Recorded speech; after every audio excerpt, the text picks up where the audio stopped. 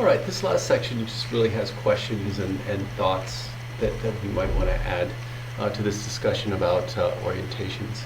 And again, if you haven't already, what I did is I should have attached this whole PowerPoint, and you can print it out and put notes and get the notes back to me, unless I found a better way to get comments for this. But really, these are questions that we should look at and answer in terms of how we do all this. All right, and so this is really the conclusion to everything. Activities, again, we should make the presentations as interactive as possible. We're trying to, model the kind of teaching that we want to do, want our faculty to do. So if we say, hey, you guys need to use critical thinking, and let's tell you 5 ways you can do it. Well, that's not critical thinking, right? Or if we, tell you, hey, you guys shouldn't lecture so much, here's a PowerPoint on why you shouldn't lecture so much. That do as I say, not as I do, doesn't really work. So we really want to see if we can model what we're doing. Handouts also to back up information that people will likely forget. Again, it's not necessary that I be aware of everything that should go to syllabus, but I should be able to look at a handout and go, oh, I remember that I was told, here are these things, things like that.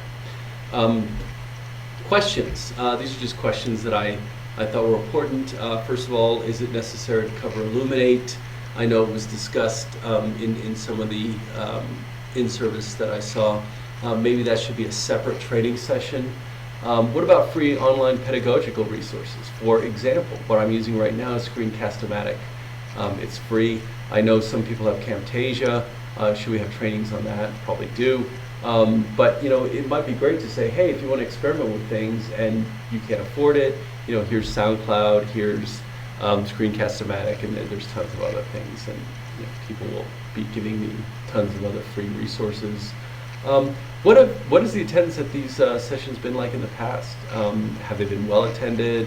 Do we get everybody? Is there a way that we could increase attendance, maybe by even shorter and more interactive?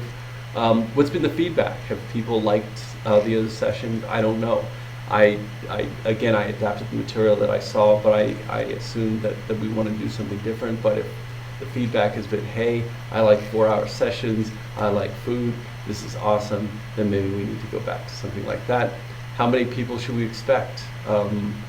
Should we have this for full-time, for part-time, for both, neither? Who is our audience here? All of these things I really didn't do much with. So anyway, this is it.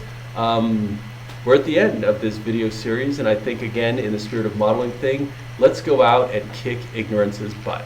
All right? Thank you.